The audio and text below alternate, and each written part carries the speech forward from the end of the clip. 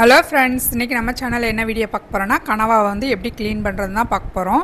வாங்க வீடியோக்குள்ளே போகலாம். இந்த மாதிரி தான் இருக்கும் கனவா. இது அடியில் வந்து ஊசியாக இருக்கிறத மாதிரி நம்ம பார்த்து வந்து வாங்கிக்கலாம். இது வந்து நல்லா சாஃப்டாகவும் இருக்கும், கொஞ்சம் நல்லா டேஸ்ட்டாகவும் இருக்கும். அது மாதிரி அடியில் வந்து சப்பட்டையாக இருக்கிறது கொஞ்சம் ஹார்டாக வந்து இருக்கும். இப்போ இந்த மேலே வந்து இந்த கத்தியை வச்சு கீறிட்டு அந்த மேலே இருக்கிற தொலியை வந்து நம்ம நல்லா உரித்து வந்து எடுத்துக்கலாம். ஈஸியாகவே அது வந்து உரிக்க வந்துடும். இது மாதிரி எல்லா பக்கமும் இருக்கிற அந்த கலர் வந்து சுத்தமாக இல்லாத மாதிரி நல்லா ஒயிட் ஆகிற வரைக்கும் இந்த தொலியை வந்து நம்ம உரித்து எடுத்துக்கணும். உரித்து எடுத்துகிட்டு உள்ளே வந்து சில கழிவுலாம் இருக்கும், அதையும் நம்ம கையை ஒட்டி நல்லா க்ளீன் பண்ணி எடுத்துக்கணும். உள்ளே வந்து ஒரு குச்சி மாதிரி, ஒரு பிளாஸ்டிக் குச்சி மாதிரி இருக்கும், அதையும் நம்ம வந்து வெளியே எடுத்துடலாம். அந்த உள்ளே இருக்கிற எல்லா கழிவையும் இந்த மாதிரி கையை விட்டு நல்லா வெளியே வந்து எடுத்துட்டு, அது மாதிரி தலையில் வந்து நடுப்பகுதியில் ஒரு பல்லு மாதிரி இருக்கும், அதையும் நம்ம வந்து வெளியே எடுத்துக்கலாம்.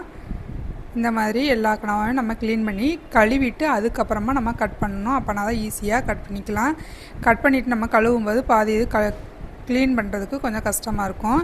இந்த மாதிரி எல்லாத்தையும் உரிச்சிட்டு கழுவிட்டு நம்ம கட் பண்ணி எடுத்துகிட்டு இந்த கனவா கிரேவி வந்து எப்படி செய்கிறதுங்கிறத அடுத்த வீடியோவில் நம்ம வந்து பார்க்கலாம். இடையில வந்து ஒரு பல்லு மாதிரி இருக்கும், அதையும் நம்ம வந்து ரிமூவ் பண்ணி எடுத்துக்கணும்.